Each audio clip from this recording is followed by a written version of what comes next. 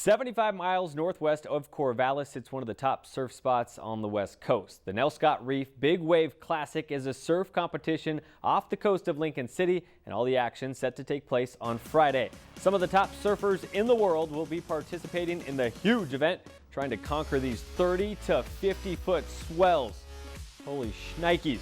This contest has been running for the last 12 straight years. It has been paid for by Oregonians. There are 21 surfers set to participate on Friday. The top 6 winners will qualify for the main event, which will happen in the next few months for a grand prize of $10,000.